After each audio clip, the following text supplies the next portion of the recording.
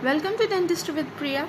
Now we will start to study about female reproductive system. आज हम female reproductive system की बात करेंगे, तो चलिए शुरू करते हैं।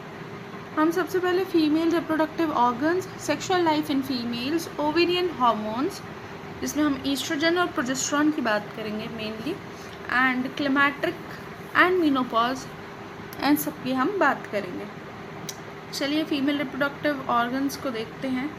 फीमेल रिप्रोडक्टिव सिस्टम जो है उसमें दो चीज़ें होती हैं। फीमेल रिप्रोडक्टिव सिस्टम जो है उसके दो पार्ट्स हैं, एक प्राइमरी ऑर्गन और एक्सेसरी ऑर्गन।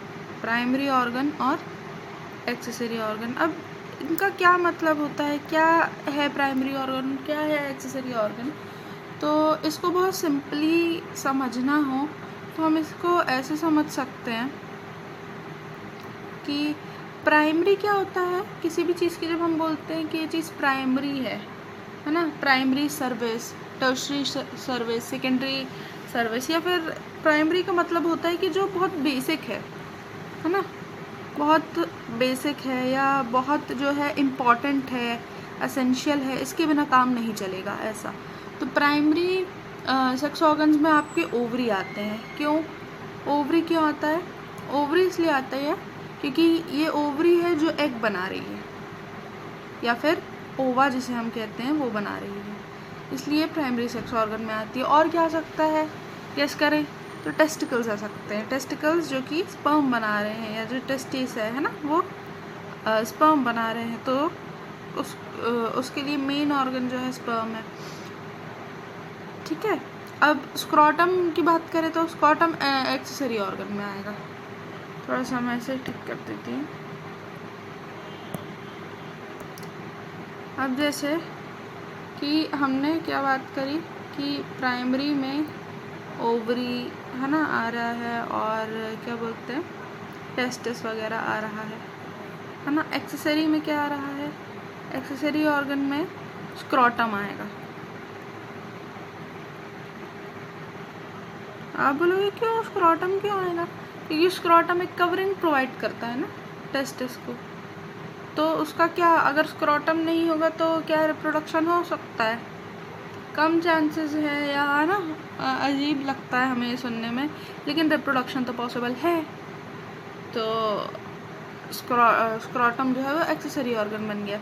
या फिर फैलोपियन ट्यूब जो है ना, वो कैरी करने का काम करता है, यहाँ से वहाँ जाने की एक ट्यूब है फैलोपियन ट्यूब। तो वो फैलोपियन ट्यूब जो है वो एक्सेसरी ऑर्गन है, जो भी चीज़ हेल्प कराने का काम करती है रिप्रोडक्शन में। मेन है कि एग होना चाहिए, स्पर्म होना चाहिए, बाकी जो भी चीज़ें हेल्प कर रही है वो सब एक्सेसरी ऑर्गन में आता है। ठीक है, now primary sex organ ovary की हम बात करते हैं। ओवरीज, हमारे पास दो पेयर ऑफ ओवरीज होती है ना। ऐसा ये फैलोपियन ट्यूब का स्ट्रक्चर होता है इस टाइप का। ये कनेक्टेड नहीं रहता, इस पे स्पेस दिख रहा है ना, स्पेस रहता है थोड़ा सा, और फिर यूट्रस वगैरह रहता है हमारे पास, ऐसा सा कुछ स्ट्रक्चर रहता है। नाउ ये ओवरी है, तो हमारे पास यहाँ पे देखने को मिलता है कि ओवरी है। ये ब्लू कलर से क्लस्टर्ड स्ट्रक्चर दिख रहा है जो। The primary sex organs are a pair of ovaries which produces eggs or ova and secrete female sex hormone. ये जो है दो हार्मोन्स बनाती है, ईस्ट्रोजन और प्रोजेस्टेरोन। ठीक है, फीमेल रिप्रोडक्टिव ऑर्गन्स और जो भी पेल्विस का एरिया है, अदर ऑर्गन्स है ना, सब आप देख सकते हो। देखो एक ओवरी होगी, एक फिर ये फैलोपियन ट्यूब है ना। स्ट्रक्चर्स देखते चले, ये ब्लू क्लस्टर जो है ओवरी है, उसके ऊपर देखो फैलोपियन ट्यूब है, फिर वो कनेक्ट हो रहा है। ये वाला पार्ट यूट्रस है ना। देन यूरिनरी ब्लैडर है। अब ब्लैडर की पोजीशन और क्या बोलते हैं रेक्टम की पोजीशन देखना, कि रेक्टम पीछे है जो कि मतलब एक्सक्रीशन है ना को मतलब रखता है स्टोर करके, और फिर तुम्हारा यूट्रस और फिर आगे यूरिनरी ब्लैडर है।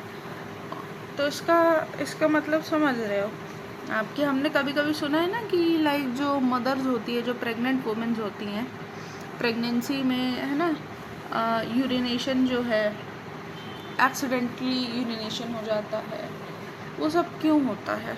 क्योंकि यहाँ पे अगर ये यूट्रस फूलता है, ये रेड वाला पोर्शन, तो अगर यहाँ पे यूट्रस फूलता है तो क्या होगा कि ब्लैडर पे प्रेशर पड़ेगा, जिसके कारण ब्लैडर कॉन्ट्रैक्ट है ना कर सकता है, यूरिन रिलीज हो सकता है।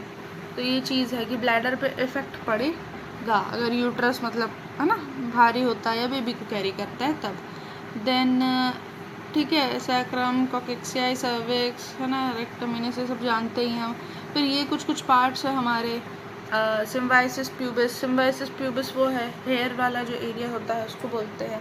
देन वी हैव क्लिटोरस है ना, एक जो पीनस होता है उससे स्ट्रक्चर मैच करता है clitoris. Then we have urethra. Urethra जो है यूरिन को कैरी करेगा।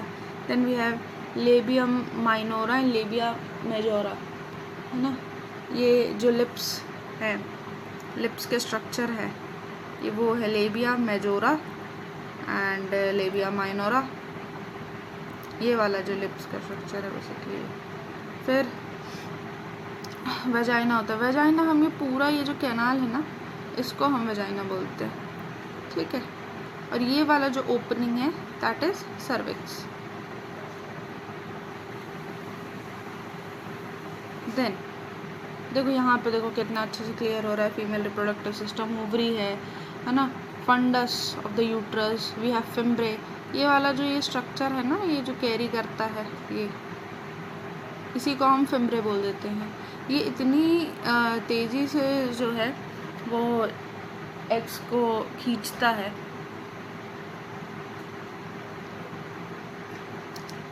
Then we have body of the uterus, external OS of the cervix. this is है ना, external OS मतलब जो surface है ना, outer surface of the cervix, then this cervix, then we have the vagina. Then ovaries are flattened ovoid bodies with the dimensions of 4 centimeter in length, 2 centimeter in width and 1 centimeter in thickness. क्या बोलना चाह रहा है? ये बोल रहा है कि जो ओवरीज है ना, वो कैसी है, आमंड शेप बोलते हैं जनरली।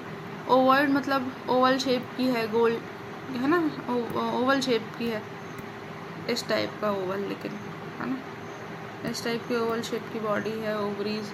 2 बॉडी है, उसके डायमेंशंस वगैरह दिए हुए हैं, ठीक है, कि 4 centimetre in length and 2 centimetre in width and 1 centimeter in thickness.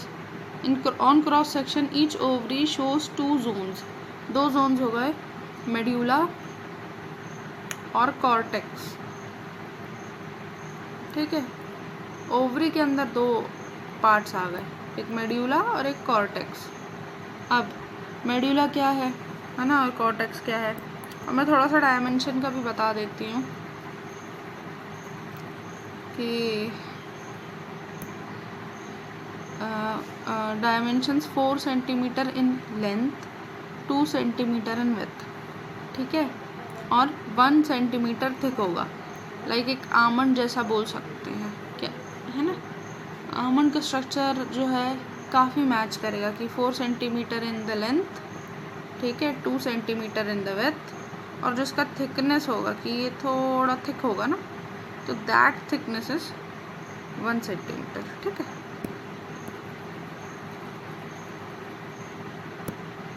Then medulla की बात करते हैं। The medulla is otherwise known as zona vasculosa. जो मेड्यूला है और कॉर्टेक्स है, उसको एक याद करने के लिए ऐसा रखो, मेड्यूला और कॉर्टेक्स। ये जो मेड्यूला है ये इनर पार्ट है, और कॉर्टेक्स जो है वो पूरा आउटर पार्ट है। कैसे? मेड्यूला मतलब हमने 2 पार्ट में डिवाइड कर दिया, इन और आउट, और कुछ नहीं किया है, मेड्यूला इनर, कॉर्टेक्स बाहर का, मिड से याद रख लो इनर है ना, और कॉर्टेक्स को याद रख लो, कॉर्टेक्स हमेशा बाहर के लिए वर्ड यूज होगा, इस टाइप से याद रखें।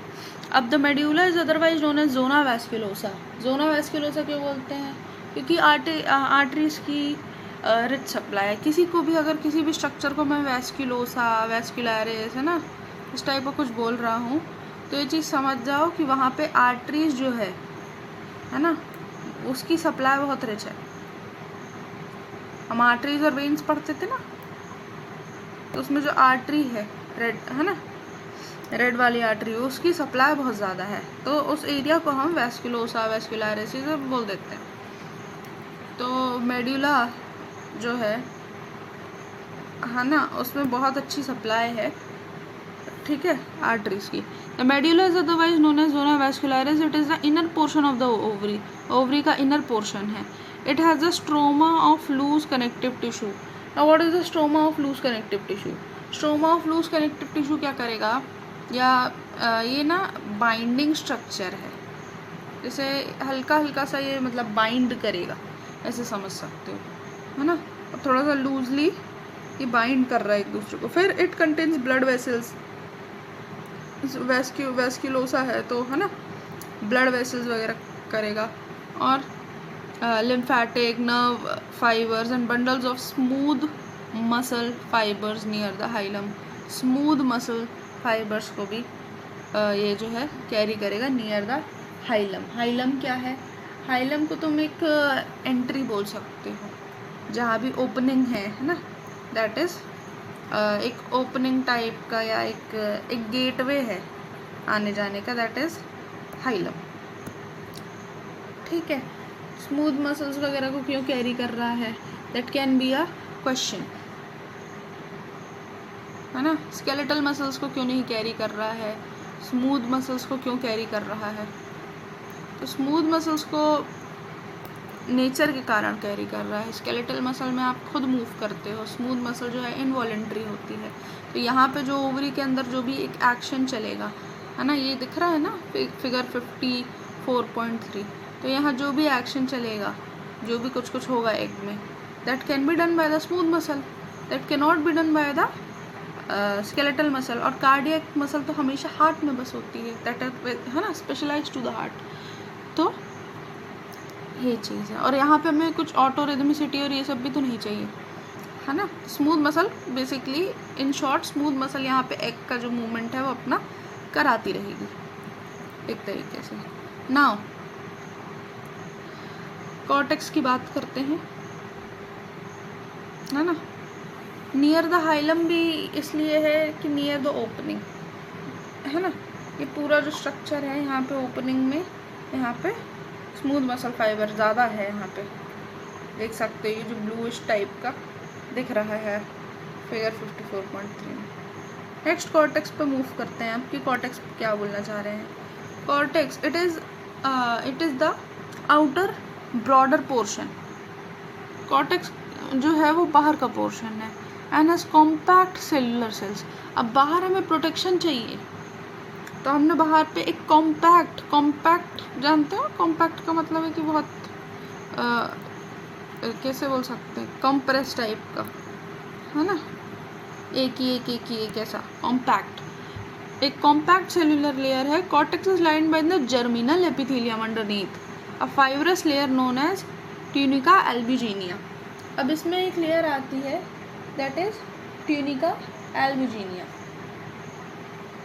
मतलब यार ये ट्यूनिका एल्बुजिनिया क्या है ना, समझ नहीं आ रहा है। तो देखो, हमें बाहर के लिए कॉर्टेक्स के लिए एक कॉर्टेक्स एक ब्रॉडर पोर्शन है, ठीक है, और एक कॉम्पैक्ट पोर्शन है प्रोटेक्शन के लिए, और कॉर्टेक्स जो है वो जर्मिनल एपिथेलियम का है, ठीक है। जर्मिनल एपिथेलियम कहाँ है? Underneath fibrous layer. Fibrous layer के नीचे है जर्मिनल एपिथेलियम, जो है वो नीचे है फाइब्रस लेयर के, फाइबर जो ऊपर है, ठीक है। और ये फाइबर वाली जो लेयर है इसका नाम है ट्यूनिका एल्ब्यूजिनिया, ठीक है। और एल्ब्यूमिन प्रोटीन होता था, if you can recall, albumin, globulin, है ना, ये सब जो है वो प्रोटीन होते हैं। ब्लड वगैरह के आसपास पढ़ा होगा अपन ने, ब्लड वगैरह के आसपास पढ़ा होगा अपन ने, तो दीज आर प्रोटीन, ठीक है। देन कॉर्टेक्स जो है ना, that consist of ovarian follicles at different stages, connective tissue and interstitial. अब जो कॉर्टेक्स है ना, वो अलग अलग उसमें ओवेरियन फॉलिकल्स हो रहे हैं अलग अलग डिफरेंट स्टेजेस में, ठीक है। और ये सब ओवेरियन फॉलिकल्स हैं, ठीक है। और कनेक्टिव टिश्यूज़ भी हैं, ठीक है, जो एक दूसरे को कनेक्ट करेंगे ऑब्वियसली, और इंटरस्टिशियल, ठीक है। इंटरस्टिशियल जो बीच की लाइनिंग कनेक्ट का ही एक तरीके से काम है, ऐसे समझ सकते हैं हम, ठीक है। बीच का जो है वो इंटरस्टिशियल। अब इन द इंट्रायूटराइन लाइफ, ठीक है, the outer part of cortex contain germinal epithelium which is derived from the germinal ridges. When the fetus develops, the germinal epithelium give rise to a number of primordial ova. The primordial ova move towards the inner surface of cortex. A layer of granulosa cells from the ovarian stroma surrounds the ova.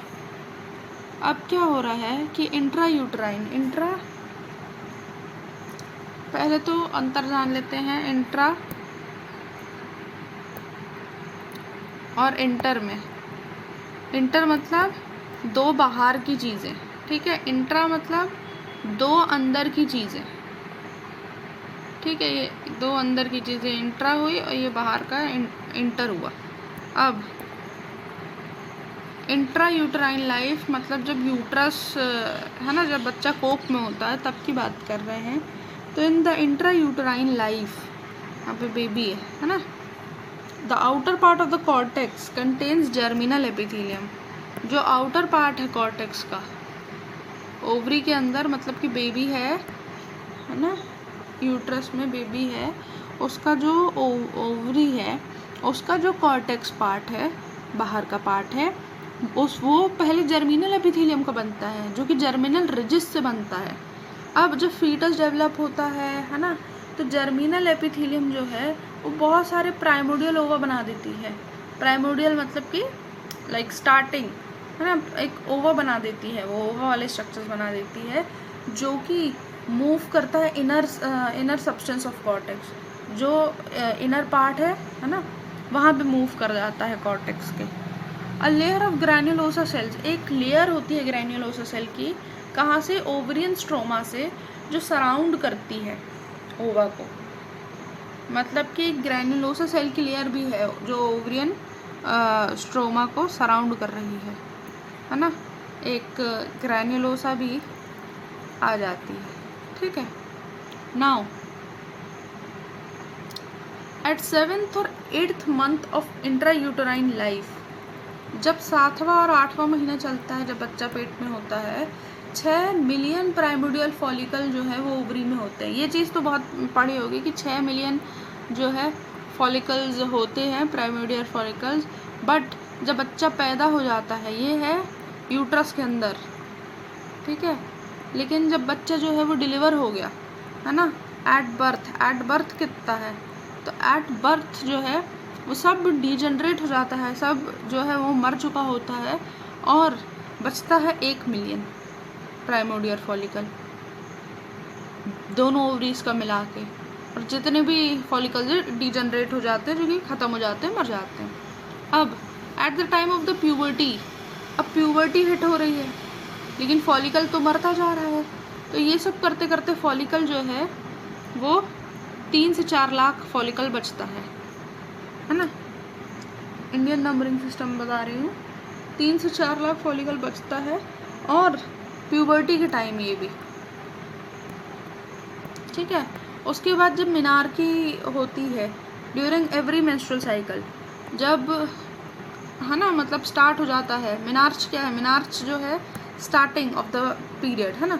जब मिनार्च है तो start होता है जब period, तब के time को बोलते हैं। तो हर एक मेंस्ट्रुअल साइकिल में एक मतलब एक एग आता है, वो पूरा बनता है और पीरियड के थ्रू, है ना, पीरियड ब्लड के थ्रू वो डिजनरेट हो जाता है, एग नहीं फर्टिलाइज हुआ तो, ठीक है।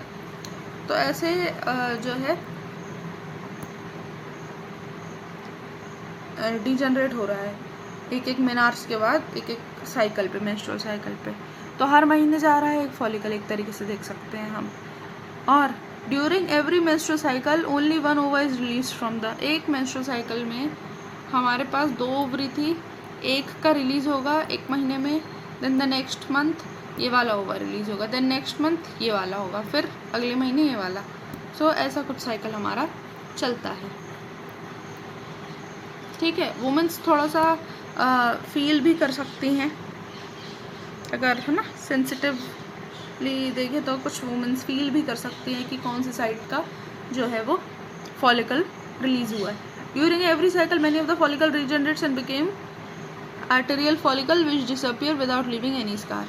अब क्या होता है, हम पूरा मेंस्ट्रुअल साइकिल जब पढ़ेंगे तो ये पूरा जाता है, पूरा एक कुछ कुछ बनाएगा, है ना, कॉर्पस ल्यूटियम और कुछ कुछ स्ट्रक्चर्स बनते हैं और उसके बाद अपना चला जाता है ये एग। अब थ्रू मेंस्ट्रुअल, है ना, ब्लीडिंग एंड ऑल चला जाता है। अब कुछ कोई भी स्कार नहीं है या कुछ भी दिक्कत नहीं जाती है, नेचुरल प्रोसेस है।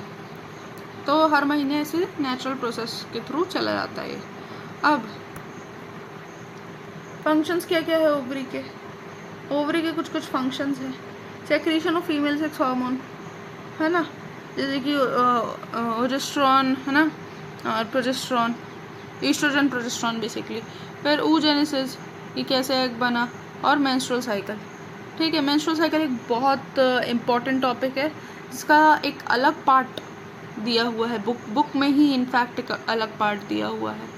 देन एक्सेसरी सेक्स ऑर्गन की बात करेंगे। The accessory sex organ in female are a system of genital ducts that include the fallopian tube, uterus, cervix and vagina। अब एक्सेसरी सेक्स ऑर्गन में क्या क्या आता है कि फैलोपियन ट्यूब्स आते हैं, ठीक है, यूट्रस आता है, ठीक है, सर्विक्स आता है और वेजाइना आता है, ठीक है। External genitalia which are labia majora. अब क्या है, कुछ कुछ एक्सटर्नल जेनिटेलिया है, ये तो हमने अंदर का स्ट्रक्चर ऐसे पढ़ लिया है, ठीक है। जब हम फीमेल को देखते हैं, है ना, जब हम फीमेल को देखते हैं तो कुछ ऐसा स्ट्रक्चर दिखता है, कुछ ऐसा। External genitalia which are labia majora, तो एक लेबिया मेजोरा दिखता है, ठीक है।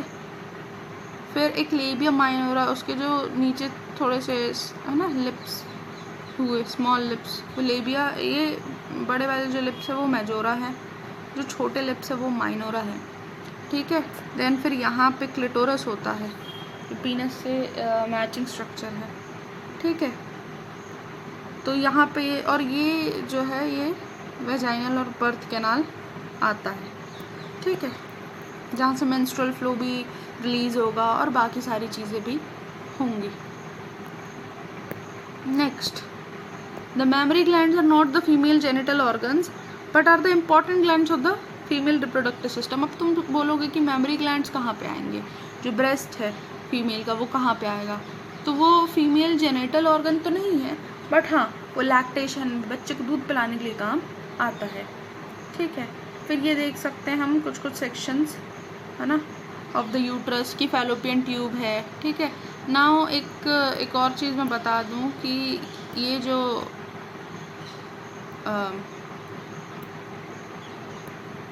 क्या बोल सकते हैं, ये जो लाइनिंग है यहाँ की भी 3 डिफरेंट लाइनिंग होती है, ठीक है। सबसे अंदर वाली एंडोमेट्रियम,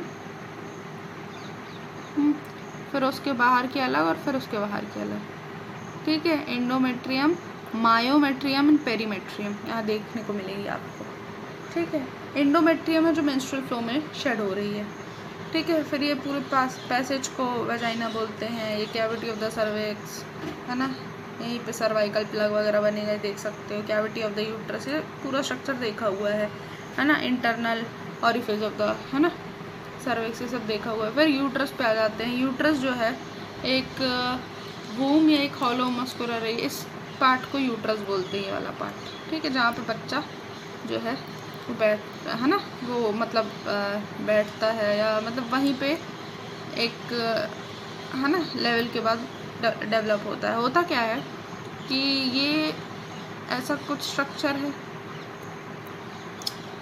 एग यहाँ पे एग यहाँ से खींचता है, यहाँ पे आता है, यहाँ यहीं पे फर्टिलाइज होता है, और फिर आता है और यूट्रस में इम्प्लांट हो जाता है। फिर यहीं पे पूरा बच्चा पैदा होता है और फिर डिलीवर होता है, ठीक है। Now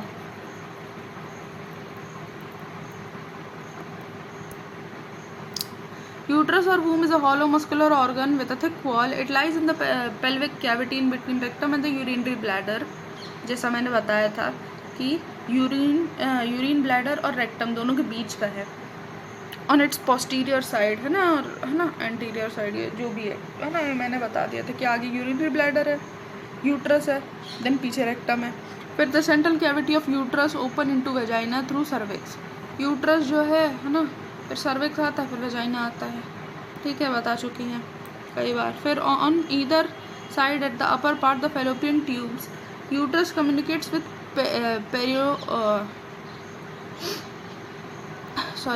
uterus communicates with peritoneal cavity.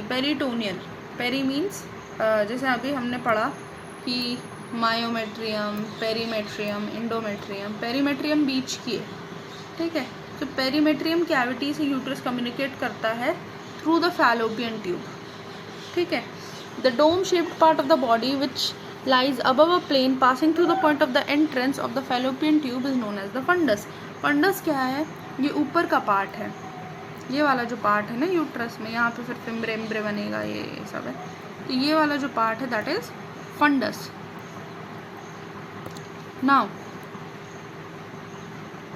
कहाँ पे थे हम?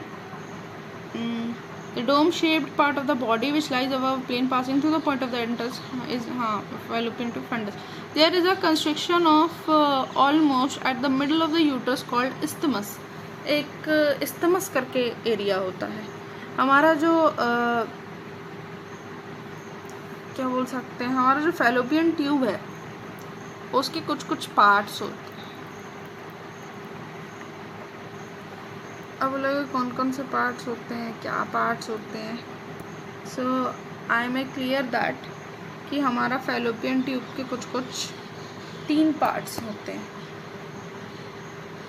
ठीक है।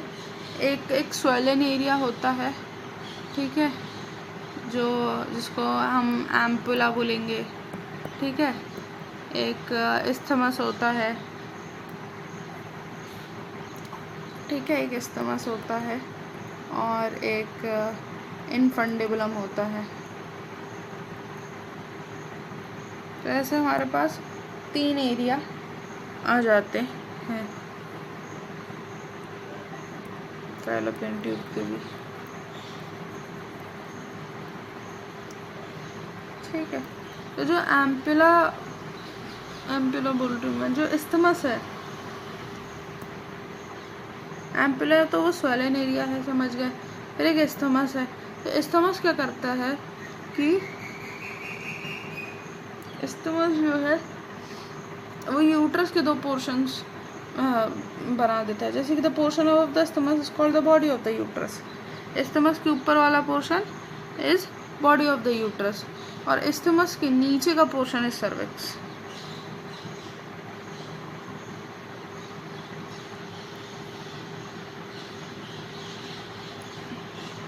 ठीक है, जैसे कि ये दिया हुआ है, यहाँ सर्विक्स है, ठीक है।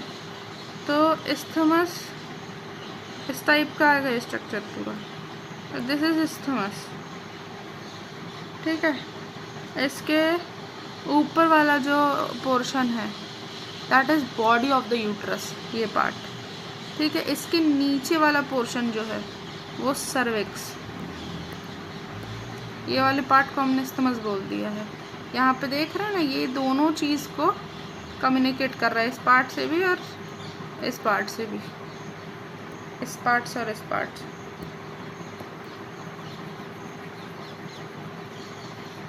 ठीक है, नेक्स्ट पढ़ते हैं हम आगे। फैलोपियन ट्यूब का ही एक पार्ट बोलते हैं ऐसे, ठीक है। अब आप बोलोगे फैलोपियन ट्यूब तो ऊपर था, ये पूरा स्ट्रक्चर्स कनेक्टेड है।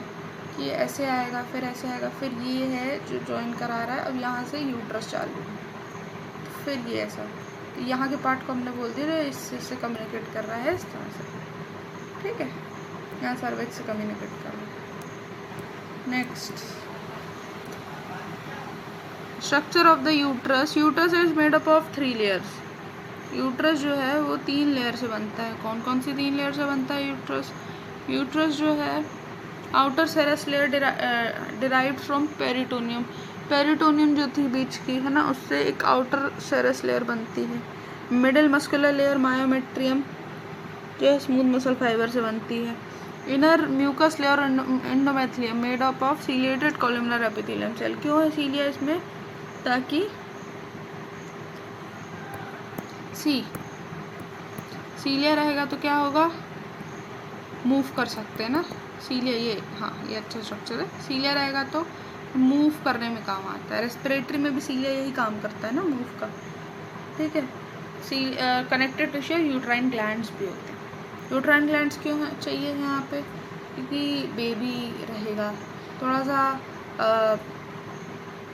लुब्रिकेशन टाइप का और थोड़ा सा फ्लूइड टाइप का होना चाहिए, वरना फ्रिक्शन रहेगा बहुत रफ हो जाएगा, ये सारी चीज़ें रहती है। फिर सर्विक्स जो है, cervix is the lower construction part of the uterus, है ना। सर्विक्स हमें पता ही है, ये वाला पार्ट सर्विक्स। फिर it is divided into 2 portion, upper supravaginal portion which communicates with the body of the uterus through internal orifice of the cervix. है ना, कुछ एक पार्ट जो बॉडी से कम्युनिकेट कर रहा है। Lower vaginal portion communicate through the vagina, vagina से कम्युनिकेट कर रहा है। देन वेजाइना, वेजाइना क्या है? एक शॉर्ट टिब्यूलर ऑर्गन है। वेजाइना एक शॉर्ट टिब्यूलर ऑर्गन है, यही तो है वेजाइना, ये पूरा जो टिब्यूल जा रहा है, ठीक है। It is lined by mucous membrane which is formed by stratified epithelium cell. इसमें स्ट्रैटिफाइड क्यों है? इसमें वो सीलिया वाला एपिथेलियम क्यों नहीं है? स्ट्रैटिफाइड इसलिए है कि वेजाइना जो है वो बाहर जाता है, वो स्ट्रक्चर है ना, वो स्ट्रक्चर बाहर, ये वेजाइना है फॉर सपोज, तो यहाँ पे अगर कुछ भी कट लगता है, डैमेज लगता है, तो इसमें स्ट्रेटा होना चाहिए।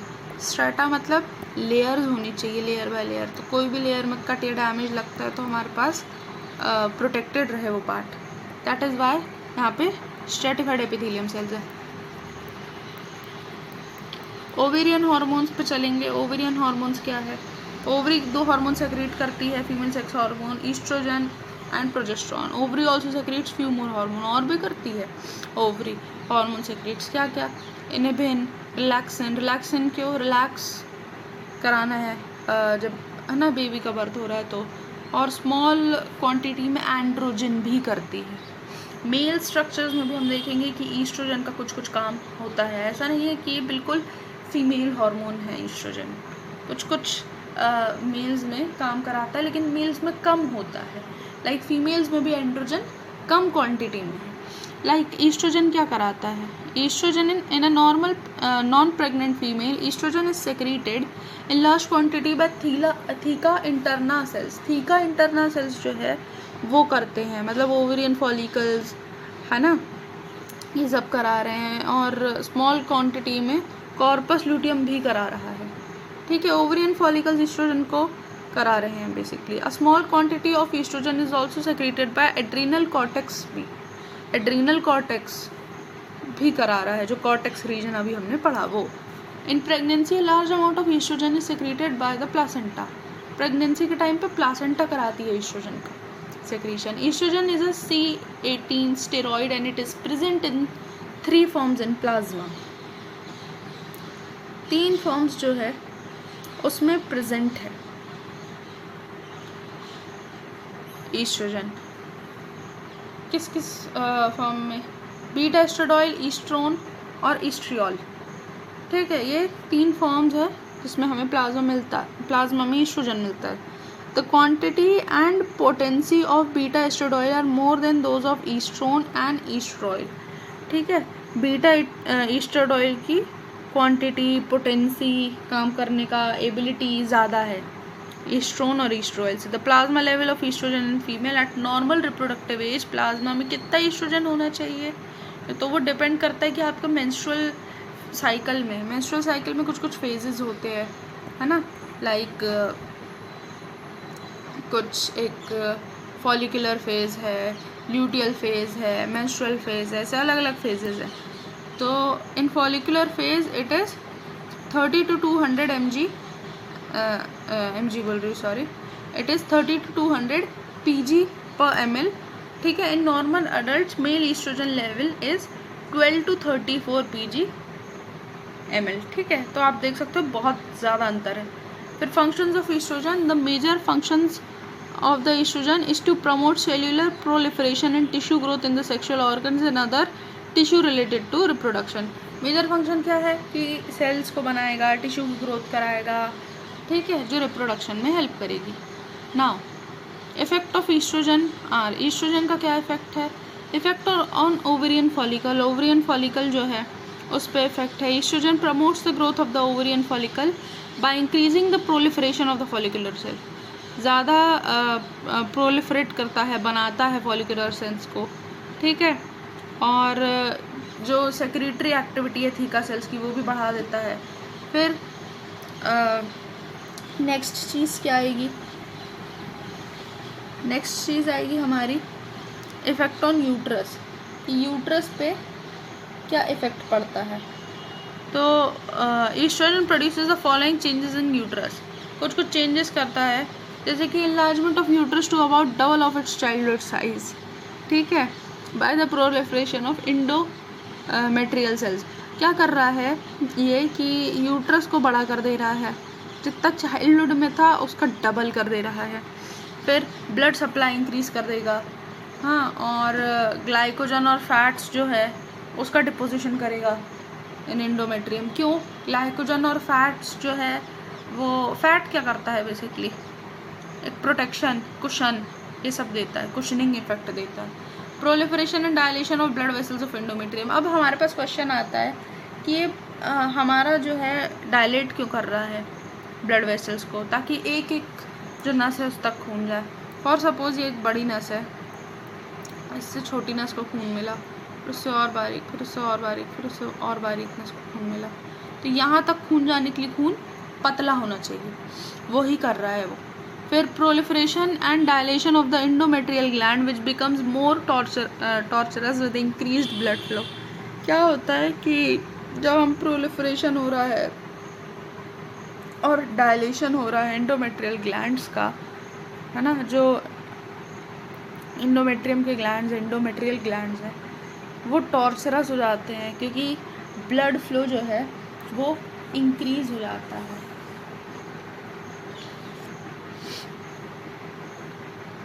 ठीक है, then we have increase in the spontaneous activity. हम बहुत ज़्यादा मतलब फील कर पाएंगे, like female blood flow increase हो गया है, एवरीथिंग, है ना। फिर increase in the spontaneous activity of the uterine muscle. अब क्या होगा कि जो भी यूटराइन मसल है उसकी एक्टिविटी जो है वो इंक्रीज होगी और ऑक्सीटोसिन से सेंसिटिविटी इंक्रीज होगी, ठीक है। ऑक्सीटोसिन क्या है? कॉन्ट्रैक्शन वगैरह जो है, कॉन्ट्रैक्शन वगैरह को कंट्रोल करता है यूट्राइन मसल्स को। Now increase in the contractility of the uterine muscle due to increase in actomyosin contraction. Actin myosin को मिला देते तो एक्टोमायोसिन कॉन्ट्रैक्शन बोल रही हूँ मैं, सॉरी, एक्टिन और मायोसिन कॉन्ट्रैक्शन में हेल्प करता है, ठीक है। तो जो कंसंट्रेशन है कि कितना एक्टिन कितना मायोसिन होना चाहिए वो इंक्रीज हो जाएगी, तो कॉन्ट्रैक्शन भी इंक्रीज होगा। All this changes prepare uterus for pregnancy. ये सारे चेंजेस क्या कर रहे हैं? यूट्रस को प्रिपेयर कर रहे हैं प्रेगनेंसी के लिए। Effect on fallopian tube. Fallopian tube पे क्या इफेक्ट आता है? ईस्ट्रोजन क्या करता है? Act on the mucosal lining of the fallopian tube and increase the number and size of the epithelial cell, especially the ciliated epithelial cell lining the fallopian tube. क्या बोल गया ये बोल रहा है कि जो ईस्ट्रोजन है फैलोपियन ट्यूब पे क्या इफेक्ट करता है? जो म्यूकोसल लाइनिंग है, म्यूकोसल लाइनिंग मतलब ये फैलोपियन ट्यूब है, इसमें ये जो म्यूकोसल लाइनिंग है, म्यूकस की लाइनिंग है ना, वो इंक्रीज हो जाएगी, है ना, नंबर में और साइज़ में, और उस क्या इंक्रीज होगा इसके अंदर? Epithelial cell. यहाँ पे कुछ सेल्स होते हैं ना, एपिथेलियल सेल्स, वो बढ़ जाएंगे, और ख़ास करके सीलिया वाले एपिथेलियम, ठीक है। तो ये क्या होगा कि यहाँ से जो हमें ट्रांसफ़र करना है सीलिया के थ्रू जल्दी होगा, वही हो रहा है ये। Increase the activity of the cilia so that the movement of the ovum in the fallopian tube is facilitated. ये भी हमने लाइन देख ली कि हाँ, है ना, सीलिया वगैरह रहेगा तो जल्दी ट्रांसपोर्ट होगा। फिर enhance the proliferation of glandular tissue in fallopian tube. इसमें कुछ ग्लैंडुलर टिश्यू होंगे, जो ग्लैंड्स के टिश्यू होंगे, उसकी एक्टिविटी बढ़ा देगा ताकि स्मूथ ट्रांसफ़र हो। देन इनहांस द ये हो गया। फिर all these changes are necessary for fertilization of ovum. फिर, है ना, ये सब हेल्प कर रहा है फर्टिलाइजेशन में। इफेक्ट ऑन वेजाइना, वेजाइना पे क्या इफेक्ट आएगा? ईस्ट्रोजन से पहला इफेक्ट है कि changes the vaginal epithelium from cuboidal into stratified type.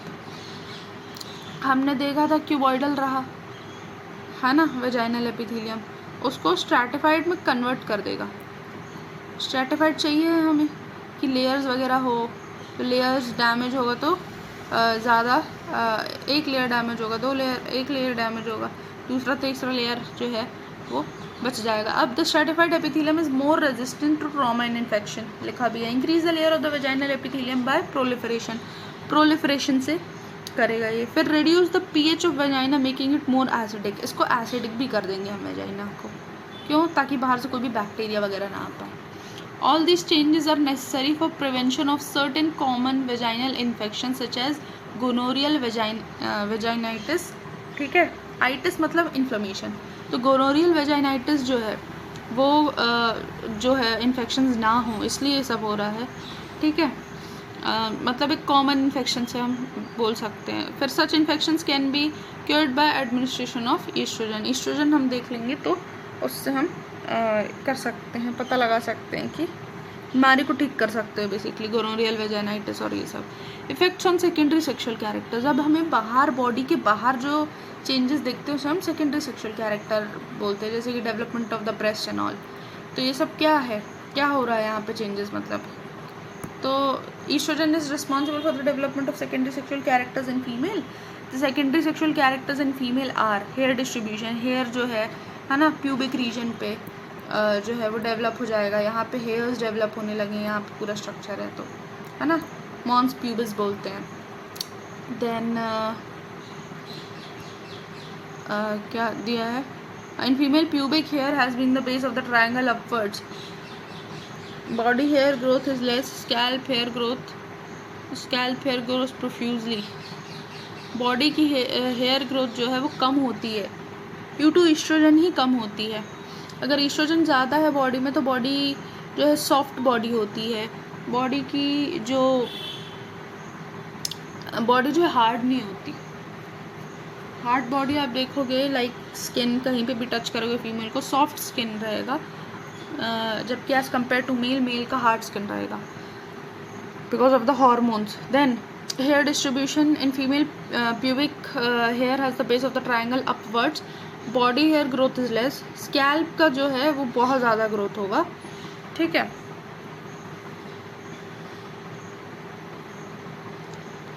Skin, oestrogen renders softness and smoothness to the skin, it also increase the vascularity of the skin. Oestrogen vascularity को भी increase करता है, क्योंकि हमें ब्लड, है ना, अगर प्रेगनेंसी के टाइम पे तो हमने अभी पढ़ा कि डायलेट होगा और सब जगह हर एक छोटी छोटी आर्टरीज वगैरह, वेसल्स वगैरह सब में जाएगा इस टाइप से। ईस्ट्रोजन जो है वो इंक्रीज कराता है vascularity of the skin. Body shape, the shoulder becomes narrow, shoulders हैं, है ना, फीमेल के जो शोल्डर्स हैं दैट बिकम्स नैरो।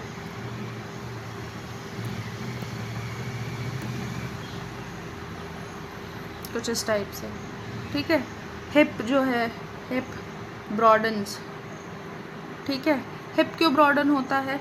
यहीं पे हमारे पास एक मतलब पूरा ओवरी है, स्ट्रक्चर है पूरा ओवरी का, तो दैट्स वाई, उसको सपोर्ट करने के लिए एक तरीके से बोल सकते हैं hip broadens. The thigh converge, जो थाइज है ना, converge and the arm diverge. Thighs का जो स्ट्रक्चर है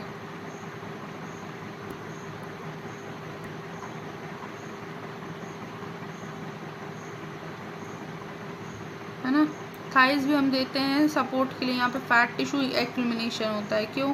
क्योंकि जब बेबी का बर्थ कराएंगे तो ये सपोर्ट करेगा, ये कुशन देगा फैट।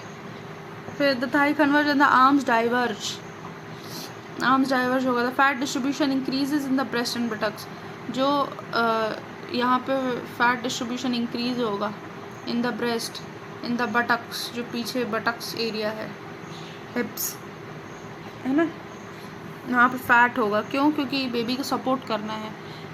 फिर डिलीवरी वगैरह में और pelvis, estrogen has a specific effect on pelvis which results in, pelvis जो होता है हमारा, ये पूरा जो एरिया है, ये पूरा पेल्विस एक्चुअली, उसमें क्या होगा? Broadening of the pelvis with increase transverse diameter, है ना, ज़्यादा इंक्रीज होगा ब्रॉडनिंग। फिर द राउंड और ओवल शेप ऑफ पेल्विस, एक राउंड या एक यहाँ पे देख सकते कर्व्स है ना, round over shape of the pelvis. Then third pelvis in female in different form that of the male. क्या मेल का बॉडी ऐसा होता है? नहीं, मेल का बॉडी ऐसा नहीं होता। मेल का बॉडी तो ऐसा प्लेन सा होता है ना। क्या यहाँ पे ऐसा स्ट्रक्चर है? नहीं है, इसका बॉडी प्लेन है, तो अंतर है। फिर pelvis in female is different from that of male which is funnel shaped। अगर हम ध्यान से एक फनल को देखते हैं तो कुछ उस टाइप का ही बॉडी का शेप है फीमेल का, यहाँ से देखें तो एक funnel shape body. Then voice, the larynx remain in prepubertal stage which produces high pitch voice. यहाँ पे जो लैरिक्स है ना, वो प्री प्यूबर्टल स्टेज का ही रहता है। लैरिक्स में कोई चेंज नहीं आया ज़्यादा, तो ये हाई पिच ही रह गया।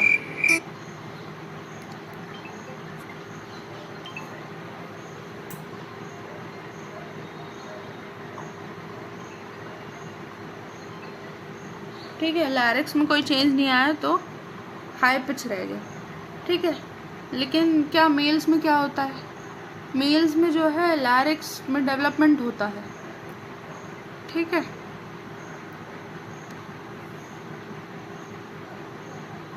मेल्स में लैरिक्स में डेवलपमेंट होता है। अब लैरिक्स में डेवलपमेंट होता है तो एक होर्स या है ना आवाज़ जो है मेल्स की वो अलग होती है ना, थोड़ी सी डोमिनेटिंग टाइप की आवाज़ होती है, अगर मुझे नॉर्मल भाषा में बताना हो तो। लाइक मेल्स वगैरह जो है ना, अर्ली ह्यूमंस बीइंग में जाओ तो वो हंट करने जाते थे, उस हिसाब से स्ट्रक्चर्स हैं, एक एग्जाम्पल के तौर पे बता रही हूँ मैं। Then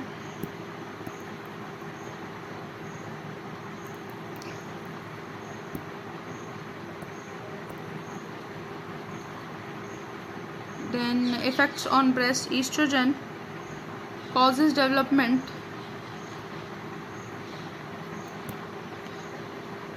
of the stromal tissues of the breast। estrogen जो है ब्रेस्ट डेवलपमेंट भी कराता है, स्ट्रोमल टिश्यूज है ना। स्ट्रोमा मतलब एक समझ सकते हो एक लेयर, एक ऊपर की थोड़ी सी लेयर, ठीक है, नॉट एपिथेलियम, लेकिन एक स्ट्रोमा कनेक्ट वाली लेयर होती है जो कनेक्टिव टिश्यू वगैरह से भी बाइंड रहती है, दैट इज स्ट्रोमा टाइप। तो growth of an extensive ductile system, breast वगैरह जो है उसमें जो डक्टाइल सिस्टम है, अलग अलग सिस्टम्स होते हैं डक्टाइल सिस्टम, एंड देन है ना जो ब्रेस्ट वगैरह है तो उसमें जो भी डक्टाइल सिस्टम है वो सब डेवलप कराता है। फैट का डिपोजिशन होता है यहाँ बीच में, है ना, बिकॉज प्रोटेक्शन। सिर्फ डक्ट्स रहेगा तो इट कैन ईजली हैम्पर, है ना, कि अगर कोई भी एक्सीडेंट हुआ, डैमेज हुआ तो फैट भी कराते हैं, डिपोजिशन होता है फैट का।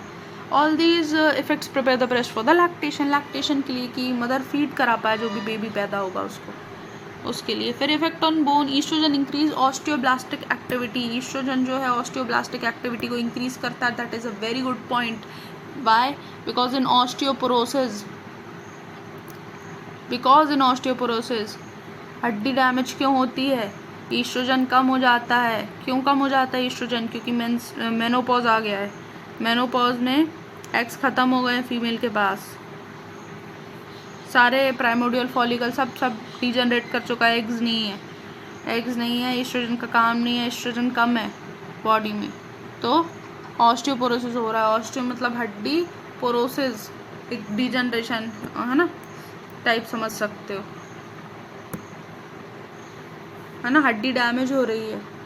क्योंकि जितना भी ईस्ट्रोजन था वो ऑस्टियो को बनाता है, हड्डी को बनाता है, हड्डी को बनाने वाली एक्टिविटी करता है। तो प्यूबर्टी के टाइम पे ग्रोथ जो है बढ़ जाती है, बट ईस्ट्रोजन जो है वो fusion of epiphysis with the shaft.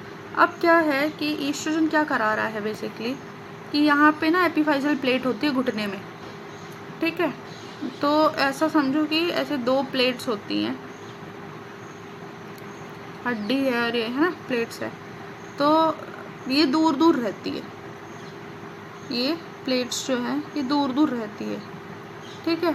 और जितनी दूर दूर रहती है तो इसमें कुछ सेल्स हैं, है ना, यहाँ ग्रोथ चल रहा है, लेकिन वो प्लेट का फ्यूजन इस स्टेज से स्टेज पे ले आता है, फ्यूज़ करा देगा प्लेट, ठीक है, क्यों? क्योंकि वो हड्डी को बना रहा है। अब this effect is much stronger in the female than the similar effect of testosterone in male. अब मेल्स जो है उनकी हाइट हमने देखा है, पढ़ा है कि मेल्स की हाइट जो है वो बढ़ती रहती है, लेकिन फीमेल्स को मेंस्ट्रुअल फेज चालू हो गया तो फिर हाइट कम बढ़ती है, लाइक 97% बढ़ चुकी रहती है height almost.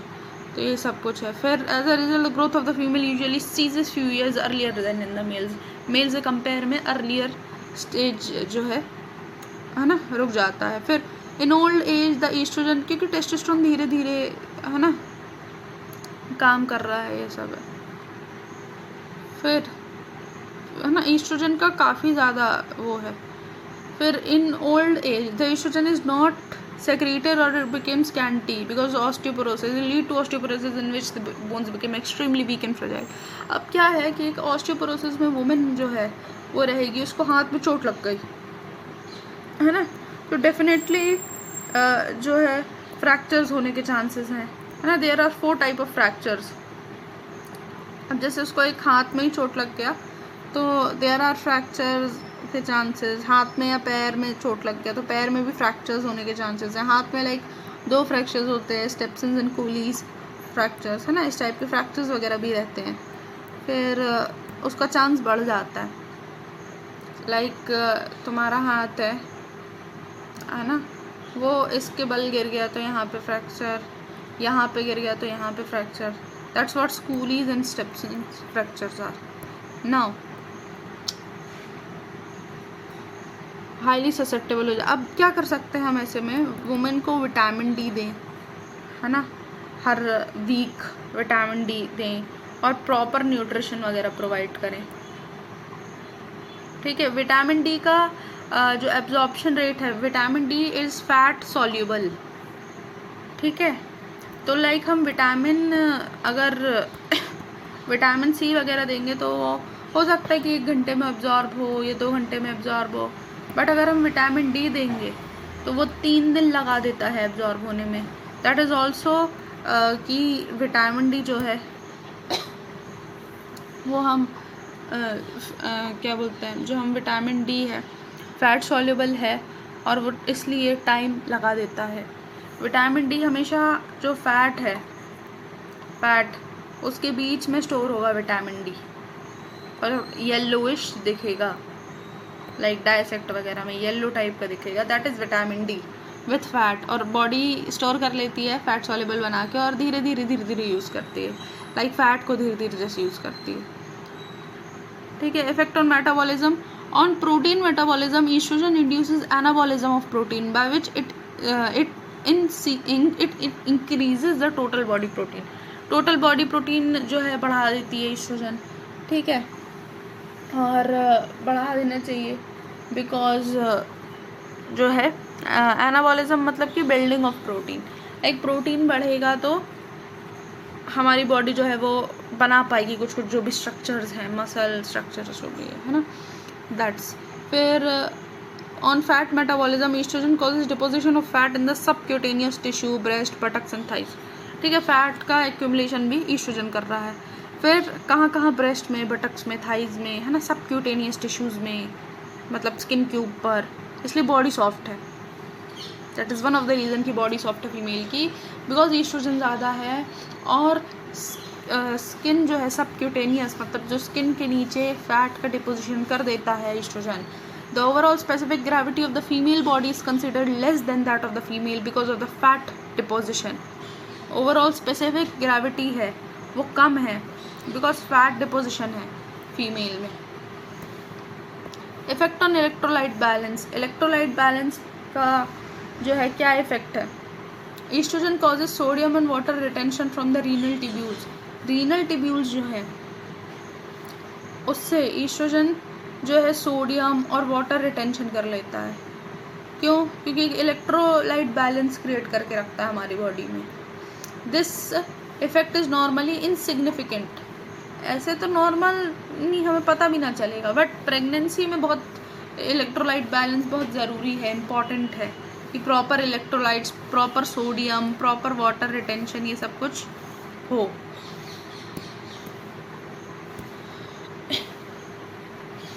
Mode of action of estrogen, the estrogen acts through genes, genetically आपका कैसा ईस्ट्रोजन है, फैमिली में कैसा रन करता है, ये सब जो है डिपेंड करता है आपके जेनेटिक्स पे, कि आपके मदर का कैसा था, है ना, दाद और नानी का कैसा था, इस पे। Regulation of estrogen secretion, the secretion of estrogen is regulated by FSH, follicle stimulating hormone, released by the anterior pituitary. ठीक है, आगे जो पिट्यूटरी में एंटीरियर पोस्टीरियर पार्ट है, तो उसका जो एंटीरियर पार्ट है आगे का, है ना, वो मतलब रेगुलेट करता है कि कितना FSH होगा। The FSH is stimulated by GnRH, gonadotropic releasing hormone, secreted bye hypothalamus. ठीक है, अब कितना FSH होगा, है ना, वो GnRH बताएगा, जो कि हाइपोथैलेमस से। इसका एक फ्लो चार्ट बनेगा। FSH, ये फ्लो चार्ट देख रहे हैं, ये काम आएगा। Regulation of estrogen secretion, red dash line indicates the inhibition. अब एक फीडबैक टाइप का है पूरा mechanism. FSH stimulate the secretory activity of the theca and granulosa cell, follicle stimulating है, फॉलिकल बना रहा है बेसिकली। फिर है ना, सेक्रेटरी एक्टिविटी इंक्रीज हो रही है थीका ग्रैन्युलोसा सेल की। फिर ईस्ट्रोजन जो है इंक्रीज कर रहा है secretion of FSH and GnRH by negative feedback. FSH और GnRH का नेगेटिव फीडबैक से इंक्रीज ईस्ट्रोजन जो है इनहिबिट कर रहा है, सॉरी, ईस्ट्रोजन इनहिबिट कर रहा है FSH और GnRH को, एक नेगेटिव फीडबैक चल रहा है।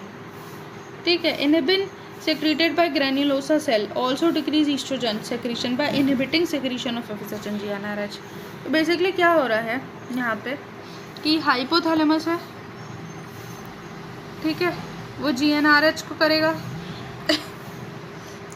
है ना, वहाँ से GnRH आएगा। अब वहाँ से anterior part of the pituitary जो है वो FSH को करेगी। अब FSH जो है वो ओवरी में जाएगा, ओवरी से वो ईस्ट्रोजन और इनहिबिन दोनों करेगा।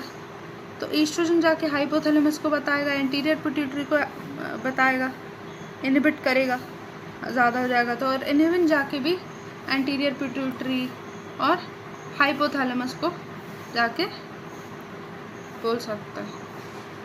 ठीक है, दोनों हाइपोथैलेमस को। ठीक है, तो ये एक फीडबैक मैकेनिज्म है कि बॉडी में ज़्यादा होगा तो बॉडी बंद कर देगी, है ना, एक नेगेटिव फीडबैक मैकेनिज्म जैसा है। नाउ प्रोजेस्ट्रॉन है, तो प्रोजेस्ट्रॉन को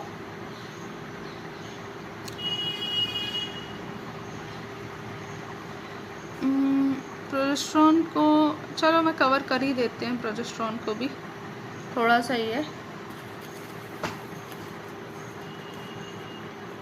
ठीक है। और मुझे एक टॉपिक और बोलना है, बताना है, तो मैं बता दे रही हूँ। इफ़ेक्ट जो है ईस्ट्रोजन का हम देख रहे थे, तो एक ना यूटराइन पे भी इफ़ेक्ट पड़ता है इस्थमस पे। लाइक मेंस्ट्रुएशन हुआ, ठीक है, मैं यहाँ पे लिख ही दे रही हूँ। लाइक मेंस्ट्रुएशन हुआ, ठीक है, तो ईस्ट्रोजन बढ़ा हाँ। अब होता क्या है कि ये है ना, रिलैक्स करेगा, सॉफ्ट करेगा इस्थमस को, इस्थमस वाले रीजन को, ठीक है। नाउ ये जो है हमारा मेंस्ट्रुअल साइकिल वगैरह में, या है ना जो oogenesis है वगैरह है, उसमें कैसा काम आएगा, क्या होगा ओव्यूलेशन में। तो ये एक टॉपिक था जो मेरे को एक्स्ट्रा ऐड करने जैसा लगा, तो मैं बता रही हूँ कि बिफोर द ओव्यूलेशन, ठीक है, बिफोर द ओव्यूलेशन जो है ईस्ट्रोजन आया। अब ईस्ट्रोजन इस्थमस को जो है वो ओपन कराएगा, ठीक है। और अगर इस्थमस जो है ओपन होगा, ये पूरा वो है, यहाँ पे वो है सर्विक्स, वेजाइना है, ये वाला पार्ट इस्थमस था जो दोनों को रेगुलेट कर रहा था, याद है ना, इसको रेगुलेट मार रहा था। यूट्रस है ये वेजाइना है। तो इस्थमस की ओपनिंग कराएगा। चलो का मतलब है कि ये पूरा स्ट्रक्चर था ना, ये पूरा ऐसे स्ट्रक्चर है ना, इसमें क्लोज है, इसको ओपन कराने का काम, इतना ओपन कराने का, या मतलब एक अंदाज़ा, एक ओपन कराने का काम जो है ये भी ईस्ट्रोजन कर रहा है। ये ओपन होगा तो क्या होगा, स्पर्म ईजिली आ सकेगा, ठीक है। फिर ईस्ट्रोजन लेबर में क्या काम करता है, जब प्रेगनेंसी होती है लेबर में, ये बिफोर ओव्यूलेशन चल रहा है, फिर लेबर के टाइम पे जो है ईस्ट्रोजन जो है वो ऑक्सीटोसिन से जो है सेंसिटिविटी करा देगा, है ना, हमने पढ़ा ही ये सब कि यूट्राइन कॉन्ट्रैक्शन वगैरह होता है ना, जिसमें सर्विक्स थिन हो जाता है, सर्विक्स जो है वो पतला थिन हो जाता है।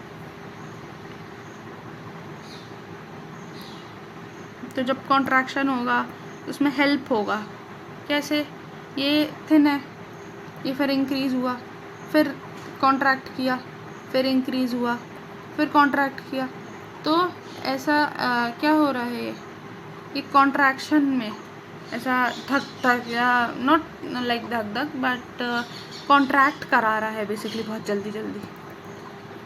तो इससे बेबी क्या है, बेबी डिलीवर हो पाएगा। पहले पतला हुआ, फिर डायलेट हुआ, फिर पतला हुआ, फिर डायलेट हुआ, है ना, तो कॉन्ट्रैक्शन होगा।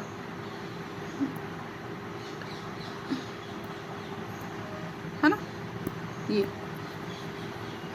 फिर प्रोजेस्टेरॉन पे आए हम जल्दी से, है ना, और इस टॉपिक को कवर भी करते हैं। चलो, प्रोजेस्टेरॉन क्या है, small quantity of progesterone is secreted by theca interna cells, ठीक है, थीका इंटरना सेल्स प्रोजेस्टेरॉन को भी करते हैं स्मॉल अमाउंट में, ठीक है। ईस्ट्रोजन और प्रोजेस्टेरॉन को ऐसे याद रख लो, ईस्ट्रोजन मम्मा है और प्रोजेस्टेरॉन नानी है, ईस्ट्रोजन मम्मी है और प्रोजेस्टेरॉन नानी है, ठीक है, तो एक इजी रहेगा हमें। That is during follicular stage, but a large quantity of progesterone is secreted during the later half of the each menstrual cycle. Follicular मतलब टाइम पे प्रोजेस्टेरॉन कम रहता है, लार्ज क्वांटिटी में कब होता है, later half of the menstrual cycle, that is जब सेक्रेटरी फेज में, मेंस्ट्रुअल साइकिल में अलग अलग फेजेस हैं, तो सेक्रेटरी फेज में कॉर्पस ल्यूटेरियम करता है प्रोजेस्टेरॉन को खूब ज़्यादा सेक्रेट, स्मॉल अमाउंट में प्रोजेस्टेरॉन जो है एड्रिनल कॉर्टेक्स भी सेक्रेट करता रहता है। ड्यूरिंग प्रेगनेंसी के टाइम पे जो लार्ज अमाउंट में प्रोजेस्टेरॉन है वो कॉर्पस ल्यूटियम पहले ट्राइमेस्टर में, पहला ट्राइमेस्टर मतलब पहले 3 महीने में कर देता है, ज़्यादा अमाउंट में प्रोजेस्टेरॉन हो जाता है। सेकेंड ट्राइमेस्टर में बाकी का फिर जो मतलब 3 महीना है ना, मतलब चौथा, 5 और 6ठा महीना, उसमें प्लासेंटा करती है प्रोजेस्टेरॉन को सेक्रेट, सेकेंड और थर्ड ट्राइमेस्टर में, लाइक 4, 5, 6, 7, 8, 9, है ना। अगर हम 9 और 10 मंथ्स, है ना, फॉर एग्जांपल किसी को 10 मंथ भी हो सकता है ना प्रेगनेंसी, जो है ना, उतने टाइम तक जो है फिर 3 महीने के बाद से बेसिकली प्लासेंटा कराएगी सेक्रेट। फिर progesterone is a C21 steroid. C18 कौन था, C18 ईस्ट्रोजन था, C21 इज प्रोजेस्टेरॉन।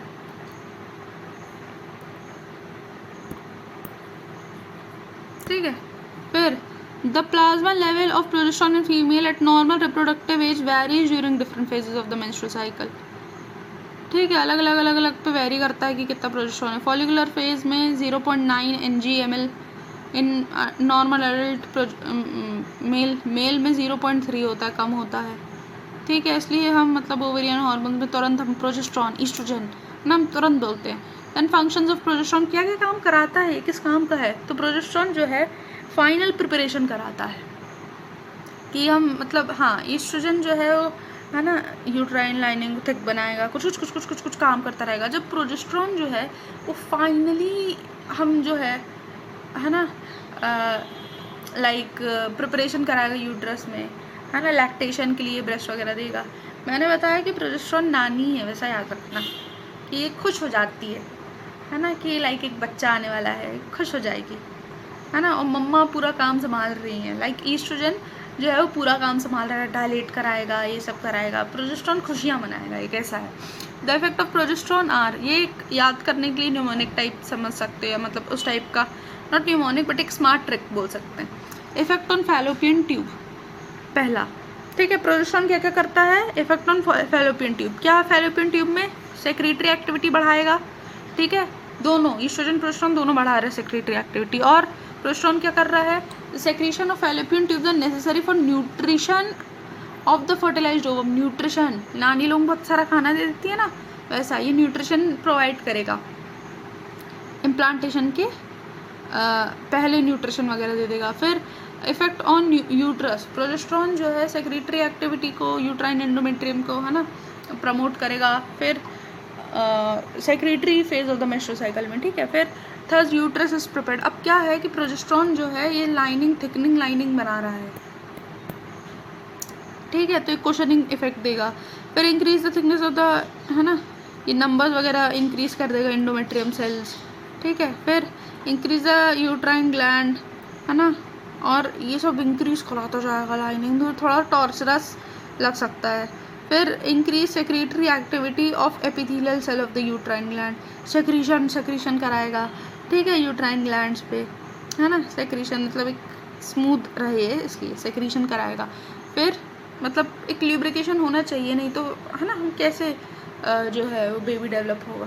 फिर increase the deposition of lipid glycogen in the stroma cell of epithelium, है ना, उसको भी मतलब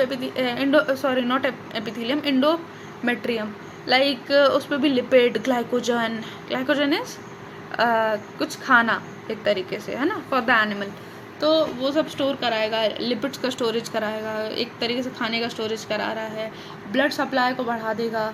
फिर फ्रिक्वेंसी डिक्रीज कराएगा यूट्राइन कॉन्ट्रैक्शन की प्रेगनेंसी में। फॉर सपोज यहाँ पे बेबी है, ये हमें प्रेगनेंसी के बाद जब डिलीवरी के टाइम बाहर चाहिए, बट क्या जब प्रेग्नेंट है 9 महीने तक है तो हम तो सर्वाइकल प्लग भी बना देंगे ताकि कुछ और बैक्टीरिया वगैरह कुछ भी इन्फेक्ट ना करे बेबी को, और कॉन्ट्रैक्शन नहीं कराएंगे, नो कॉन्ट्रैक्शन कराएंगे। क्यों? क्योंकि कॉन्ट्रैक्शन कराएंगे तो ये बाहर आ जाएगा, अनडेवलप्ड बाहर आ गया। तो हम कॉन्ट्रैक्शन कब कराते हैं? जब बच्चा डेवलप हो जाए, पूरा बाहर निकालना हो बच्चे को, तब। तो कॉन्ट्रैक्शन ना हो ये चीज़ जो है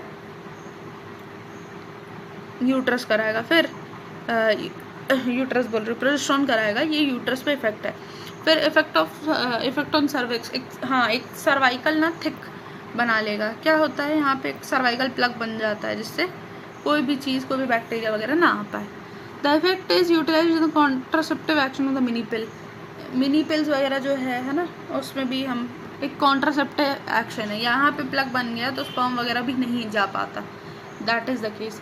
then effect on mammary glands. अच्छा, एक चीज़, एक फैक्ट ये भी है कि जब वुमेन प्रेग्नेंट जब लैक्टेट कर रही होती है उस टाइम पे लाइक दूसरा बेबी नहीं बनाती बॉडी, उस टाइप का सपोर्ट नहीं करती है हार्मोनली,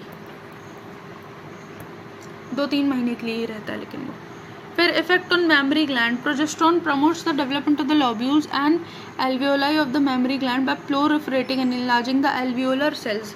it also makes the breast secretary in nature, breast वगैरह को कराएगी, है ना। एल्वियोलर सेल्स जो है ना, उसको एल्वियोली, है ना, बेसिकली जो भी अलग अलग ऐसे ब्रेस्ट है, और सपोज ये ब्रेस्ट है तो इसमें जो अलग अलग एल्वियोली है, अलग अलग जो भी है ना, फिर डक्ट जा रही है, तो ये सबको इंक्रीज करेगा।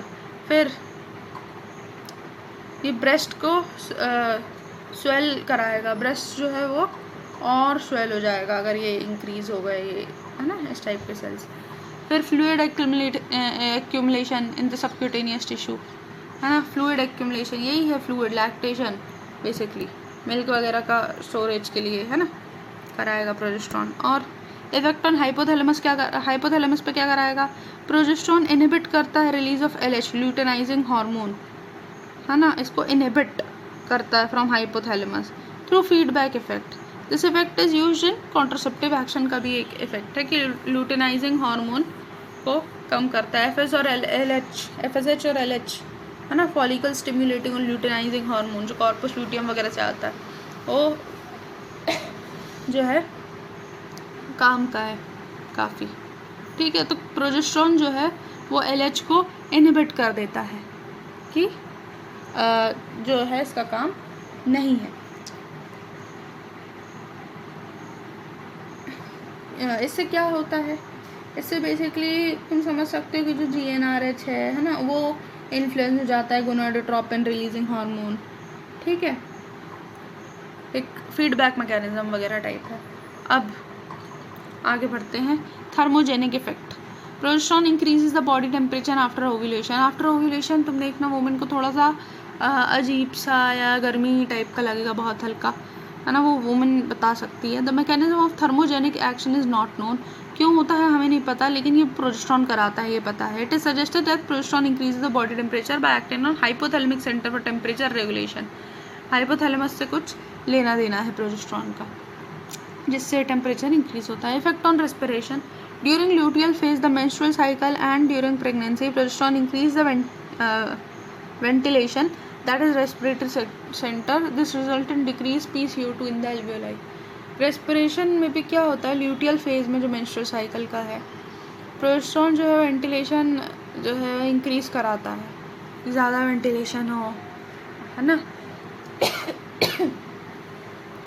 ये ज़्यादा गैसेस एक्सचेंज वैसा, ताकि CO2 नहीं बढ़े। फिर इलेक्ट्रोलाइट बैलेंस भी कराता है ना, ये सोडियम का, वाटर का, रीनल ट्यूब से रीअब्जॉर्प्शन, है ना। लेकिन लार्ज डोज में जो है सोडियम और वाटर का एक्सक्रीशन कराता है, ये एक इनडायरेक्ट इफेक्ट है। प्रोजेस्टेरॉन जो है वो कंबाइन होता है, प्रोजेस्टेरॉन जो है वो कंबाइन होता है कुछ कुछ रिसेप्टर से जो कि एल्डोस्टेरॉन से बाइंड होते हैं, और जो एल्डोस्टेरॉन है वो ब्लॉक कर देता है सोडियम और वाटर का, है ना, तो फिर वो एक्सक्रीट हो जाता है सोडियम और वाटर।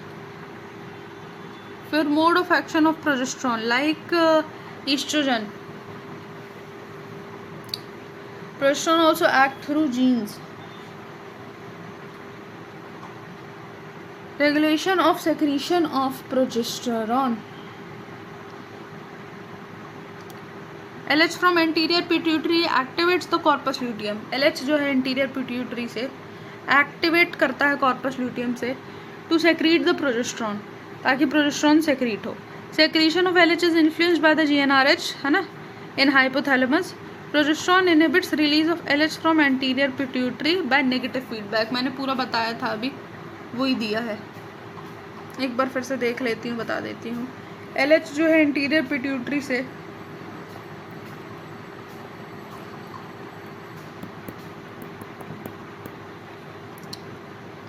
है ना एक्टिवेट करता है कॉर्पस ल्यूटियम को, कि कॉर्पस ल्यूटियम जो है वो प्रोजेस्टेरॉन सेक्रेट करे, ठीक है।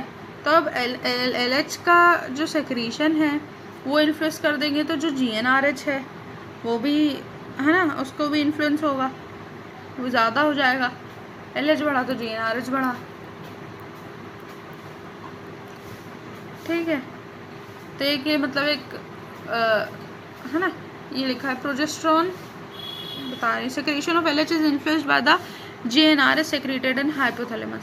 Progesterone inhibits release of LH from anterior pituitary. Progesterone जो है बोल देता है कि एंटीरियर पिट्यूटरी से मत करो, तो क्या है कि ये पूरा प्रोसेस नहीं होगा, ये बना रहा है। देखो एक सिंपल भाषा में समझें तो कुछ होके LH जो है प्रोजेस्ट्रॉन बना रहा है, और प्रोजेस्ट्रॉन बनने के बाद LH को बोल देता है कि LH को इनहिबिट कर दे, कम कर देता है, तो एक नेगेटिव फीडबैक बन रहा है।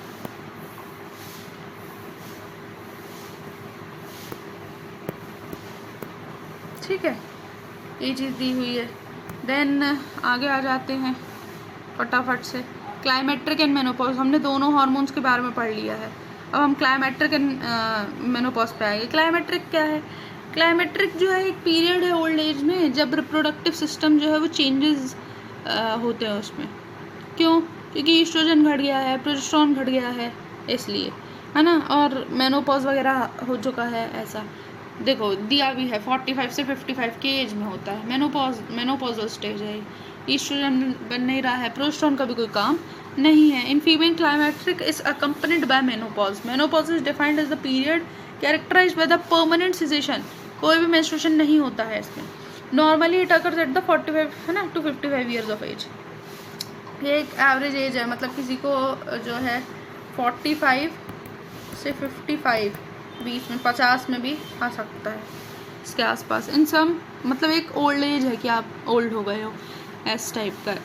फिर in some women the menstruation stop suddenly, in other women the menstrual flow decreases gradually during every cycle and finally it stop.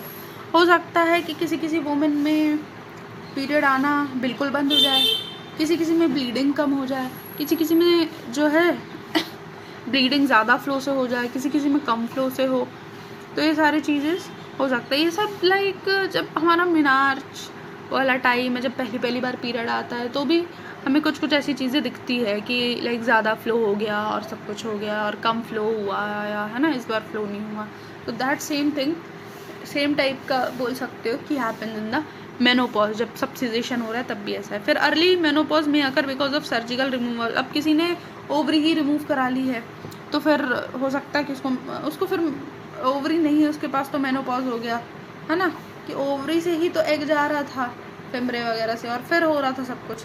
Ovary नहीं है तो कहाँ से कुछ होगा, सिर्फ फिम्ब्रे है तो क्या ही काम करेगा।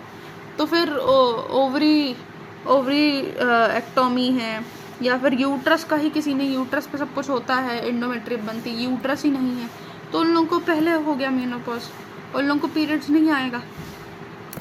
फिर usually female with the short menstrual cycle attain menopause earlier than the female with the longer cycle. किसी का मेंस्ट्रुअल साइकिल देखा होगा कि मेरा तो 4 दिन का मेंस्ट्रुअल साइकिल है, दैट्स नॉर्मल। 2-3 दिन से ज़्यादा है तो that is normal menstrual cycle. But अगर लाइक 2-3 दिन में ख़त्म हो रहा है, किसी को पीरियड है 4 दिन में ख़त्म हो रहा है, तो वो उसका मेनोपॉज जो है वो जल्दी आता है उस वुमेन का। Cigarette smoking causing onset of menopause. Cigarette smoking में क्या होता है, ये फैलोपियन ट्यूब है, सीलिया वगैरह है, इसमें डस्ट पार्टिकल बैठ जाता है, तो ये मूवमेंट नहीं करा पाते। मूवमेंट नहीं कर पाएंगे तो एग मूव नहीं करेगा, फैलोपियन ट्यूब से ही तो मूव करता था वो, एग मूव नहीं करेगा, एग मूव नहीं करेगा तो मेनोपॉज आ गया जल्दी। अब changes during menopause, post menopausal syndrome. क्या क्या मेनोपॉज में चेंजेस आते हैं, कि मेनोपॉज के बाद चेंजेस क्या है, तो पोस्ट मेनोपॉजल, है ना, पहले आते तो प्री मेनोपॉजल बोलते हैं हम, पोस्ट मेनोपॉजल पे देख लें। Post menopausal syndrome is the group of symptoms that appear in women immediately after the menopause. कि इमीडिएटली आफ्टर क्या क्या होता है, it is characterized by physical, physiological and psychological changes, क्योंकि हार्मोनल्स ऊपर नीचे हो गया है, प्रोजेस्टेरोन ईस्ट्रोजन नहीं बन रहा है अचानक। फिर the symptoms start appearing soon after the ovary stop functioning. This causes for the symptoms the lack of estrogen and progesterone. The symptoms may persist till the body get acclimatized to the absence of. अब जब तक body को आदत नहीं होती oestrogen और progesterone के बिना एब्सेंस में रहने की, तो एक बॉडी थोड़ा सा हल्के से शॉक में है कि कैसे, है ना, रहना है, कैसे अडेप्ट करना है। फिर the symptoms do not appear in all women. अब कुछ सिम्टम्स होते हैं अपीयर, कुछ सिम्टम्स लाइक मतलब कुछ वुमेन्स में सिम्टम्स देखने को मिलते हैं, कुछ में नहीं मिलते, कुछ में नॉर्मली होता है।